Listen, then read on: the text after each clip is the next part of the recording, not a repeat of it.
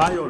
എല്ലാരും ചോദിക്കുന്നു നമ്മുടെ ഈ പറഞ്ഞ ഇലക്ട്രോണിക്സുകാർക്ക് ഈ വർഷം ഏതൊക്കെ പരീക്ഷയ്ക്കാണ് നമ്മൾ കോൾ ഫോർ ചെയ്തിരിക്കുന്നത്, അല്ലെങ്കിൽ ഏതൊക്കെ പരീക്ഷയ്ക്കാണ് പ്രിപ്പയർ ചെയ്യുന്നത്, നമ്മൾ എങ്ങനെയൊക്കെയാണ് പ്രൊവൈഡ് ചെയ്യുന്നുള്ള ക്വസ്റ്റ്യൻ വരുന്നുണ്ട്. അപ്പോൾ ഇത് വ്യക്തമായിട്ട് പറയാം. അസിസ്റ്റന്റ് എഞ്ചിനീയർ എന്ന് പറഞ്ഞ പരീക്ഷയാണ് വരുന്നത്. അത് യഥാർത്ഥത്തിൽ പറഞ്ഞാൽ 071/2024 എക്സാം ആണ് അതിന്റെ നമ്പർ. അപ്പോൾ ആ പരീക്ഷയ്ക്ക് ശരിക്കും ജൂലൈ മുതൽ ഈ പറഞ്ഞ ആഗസ്റ്റ് സെപ്റ്റംബർ വരെയൊക്കെയാണ് അതിന്റെ ടൈം പറഞ്ഞേക്കുന്നത്.